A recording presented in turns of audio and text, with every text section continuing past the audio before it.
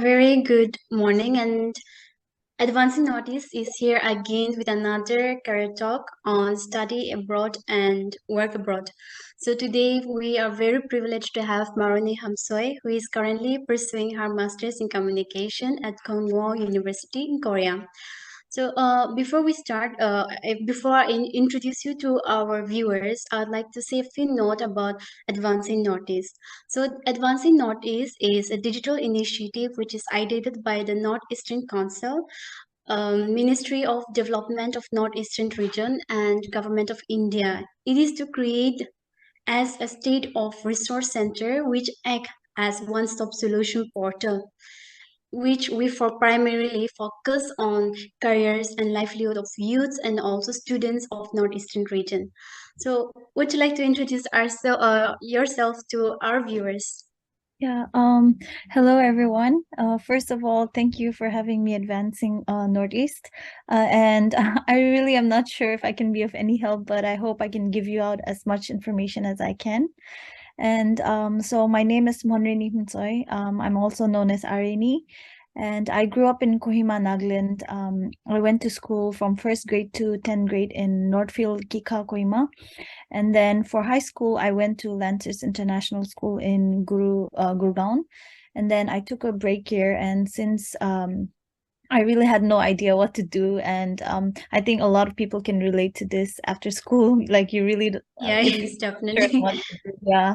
And because of that, I did not have, and also because I did not have a lot of good grades, and so I couldn't go to a good school and stuff. So after that I during that time I learned a lot as a person, and I was also interning at YouthNet Nagaland, and then I met a lot of great mentors and people, and I learned a lot through that, and also grew a lot as a person, and I was meeting a lot of people and going through a lot of places, and that's how I grew as a person. And then I came to Korea to learn the language for a year, and I completed my undergraduate in media and mass communications, specifically in strategic communications in Kwangwoon University, or Kwangwoon Daehakkyo in Korean. And then I did my master's and PhD integrated program in electronics convergence engineering for a semester.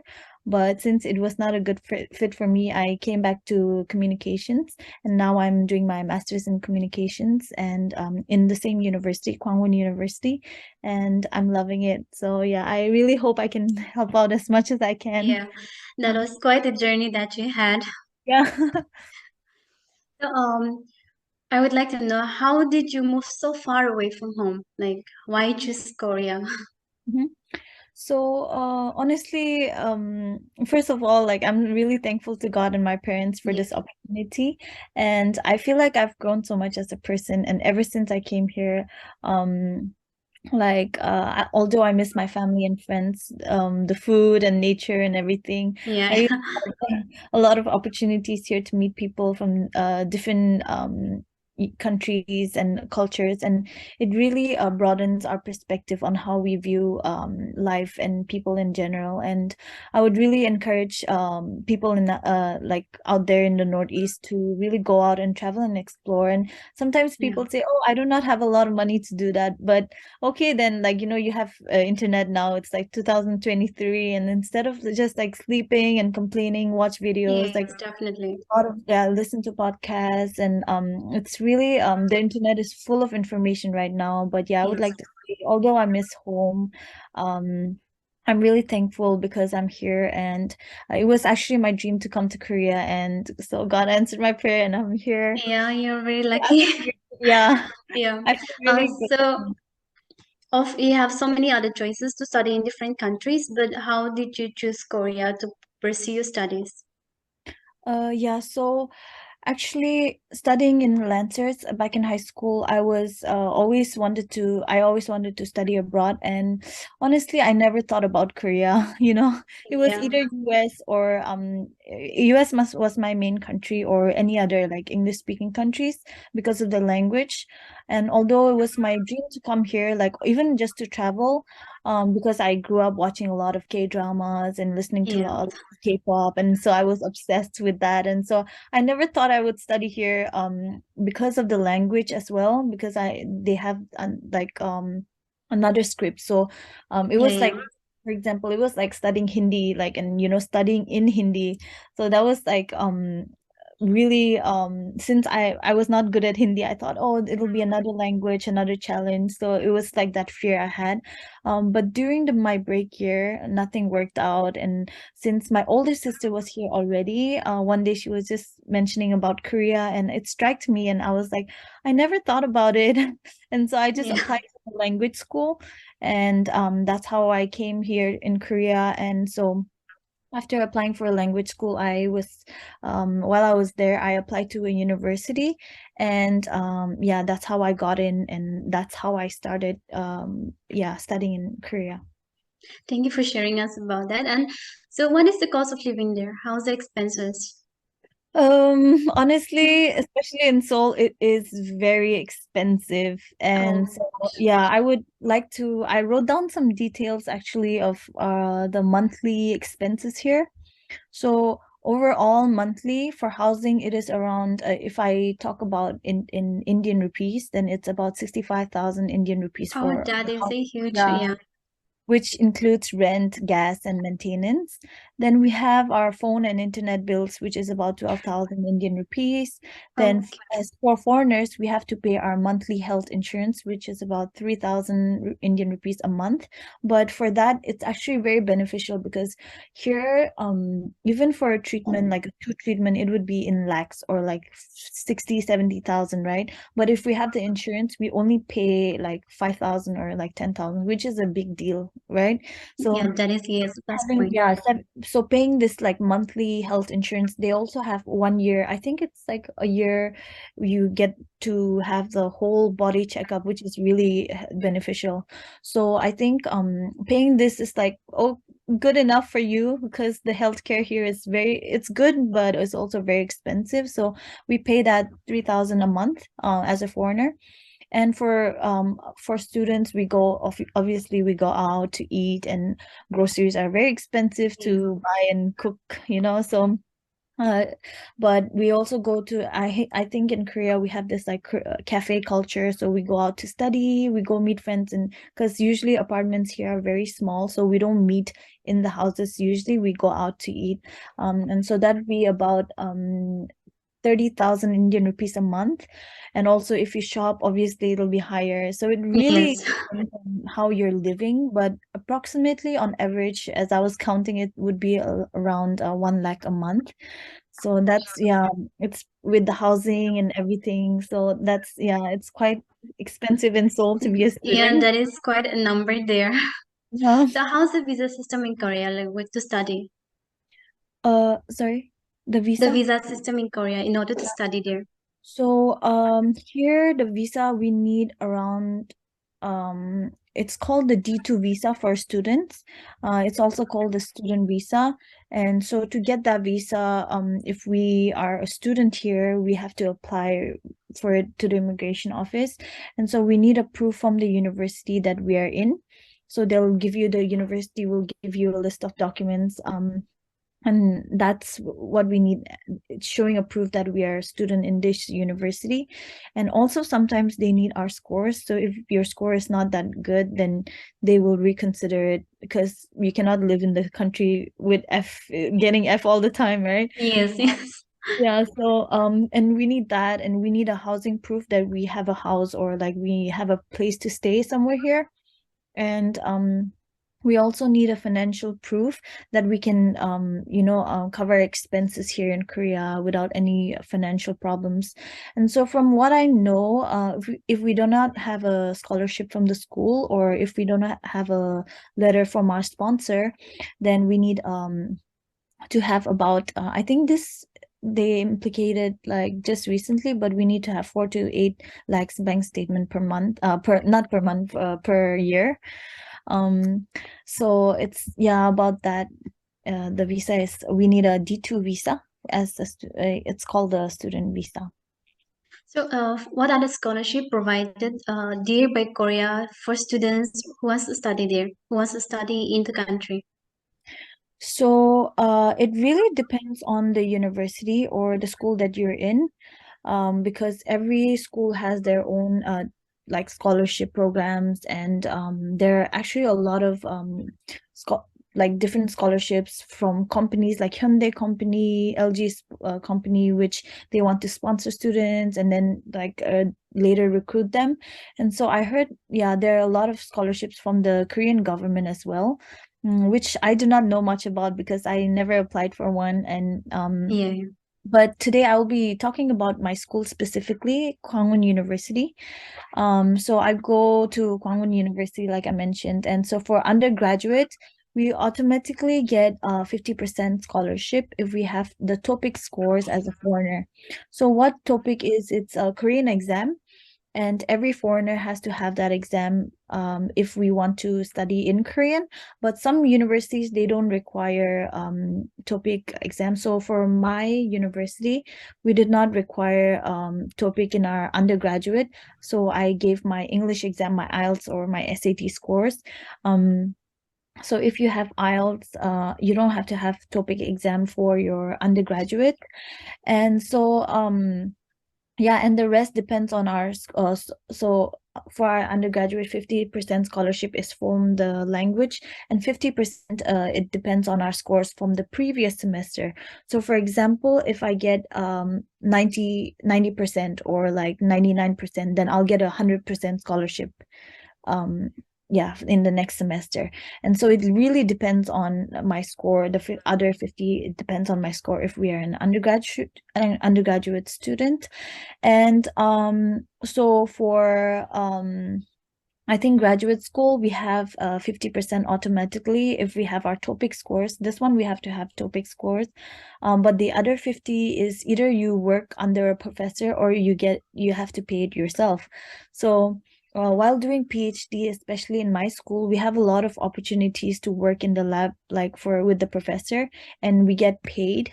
So that from that pay we can like give our fees, and also they pay for our school fees. But it depends on which professor and what project or research they're doing. So it really depends on your professor, if because they have every student, since there are not a lot of students, every student has like different professors. And so yeah, the scholarship really depends on a professor if you're doing a PhD. Okay. Okay. So if you're going for a media study, what are the scholarships that are available? um So for media, I don't know if I haven't mentioned about the KGSP. I think it's I don't know any scholarships from the Indian government, but I know this Korean government has a scholarship called the KGSP, which a lot of my friends came to Korea through. And so that's one of the most common scholarships. It's called the Korean Government Scholarship Program. It is an academic scholarship. So this scholarship provides non-Koreans with the funding and opportunity to conduct any undergraduate or postgraduate level studies in South Korea after they complete a year of intensive Korean language. And so for media specifically, again, I would like to speak from my university because that's Yeah. how Okay. I'm studying media. And so like, that's how I got my scholarship. So going back to my school, it was 50-50 for me, and then 50 because of my language and 50% because of my scores. But for graduate school, we don't have any labs to work for the professor. So my professor right now, she was really kind enough, and so she had like a lot of research that she did and a lot of conferences that she went to, and so I would help her out in planning the events and stuff like that. So that's how I got my scholarship for the first semester. And this semester I did not have any scholarship, so my parents had to pay like 50%. So 50% it's from the school automatically, and then 50%. But other media, honestly, if you're not in the engineering program, it's kind of hard to get scholarship other from other majors. Like if you want to study Korean, or if you want to study media or communications or any of these other majors, because engineering, since they have a lot of research work, they have to, get all the materials. They automatically get a lot of scholarship from the professor and from the school as well, because the school wants you to do research on like certain stuff, right? So but media is honestly, if I speak honestly, then yeah, we don't have a lot of funds for media students. But I would like to say research a lot, because a lot of schools have different scholarship programs, and it really depends on what you want to major in, and what kind of program you want to get into. So Okay, yeah. that is very nice insight that you give. Thank you so much for all the details. So how has moving abroad for study impacted your life? Mm, honestly, I would say I have grown and learned a lot. And at first, like the language and the language barrier was really hard for me. And Yeah, yeah, because of that, like, I had a lot of, in my first year, I had a lot of limited friend circle, especially with the Korean community. And then also, um, I think here, especially in Seoul, it's very diverse. There are people from different countries, and every country is like, with different cultures. The way you speak to them is, it has to be, you have to be sensitive in how you're talking to this person, because sometimes it may come out as rude. Like for us, um, in India, we would, everything is like chalta, like, we're yeah, like yes, very, definitely, yes. but for some people, it's very rude to just be like that, although you're friends, like sometimes it's very rude. So it honestly learn growing up with, because it's almost my seventh year here, I would say, Oh, after that is a long time. so after coming from India right after high school, I just grew up. I would say I grew up from Korea, Yeah, because yes, yes. yeah, that's how I became a person, a woman, I would say. And so growing up with all these people from different cultures, I think you learn a lot. And honestly, yeah, I would really recommend like people to, meet people from other cultures as well. So yeah, I really grew, I would say I grew a lot, and I learned a lot from here. Yeah. That is so nice to hear from you. So, how do you suggest people from Northeast or from your state to move abroad for further studies? Oh, yes. I highly recommend people to study abroad. I'm not saying that the Northeast education is bad. It's very good. And I learned, I've lived my most of my life in India, and like I grew so much, I learned so much. But going abroad, it really broadens your perspective on life in general, and your understanding in certain, and your views in like certain topics. If you are only constrained to like one like part, and then, or like if you're constrained to one community, and you're only learning from that community, like our knowledge is like really narrow. But when Yeah, you're yeah. learning a lot of people, and like from different backgrounds, and you also learn a lot. And so I really highly recommend people to move abroad if you can. Yes, yes. So, what's your future plan after completing your studies? Uh, so for me, because I lived here for a while, I think I would love to work here for a while. But if not, I would love to go back to India. But most of all, I think knowing both the cultures, I would like to be a bridge in both the countries. And I think there's an advantage in that, because it's not just the language, but also the culture, and like how their behaviors are. So in any way, either here or back in India, I would love to work sometime. But so since my major is communications, I would like Yeah. to deal with people and work with people. I love people. So something along that line. I'm not sure exactly what, All but right. So, marketing. what do you miss most about home? Uh, family, I think, and my friends, and the food. Oh, definitely. Yeah, but food you can always bring it here, and like, Yeah, you yeah. can, so, but family, and it's kind of hard and expensive. So yeah, family and friends. I actually had a very nice time interacting with you. Thank you so much for coming to Advancing Notice. We are very grateful to you. Thank you so much again. Thank you so much for having me. And I don't know if I gave out as much information, but yeah, it was. You did a very good job. We had an excellent time. Thank you so much for all the deep insights that you gave. Thank you so much. Thank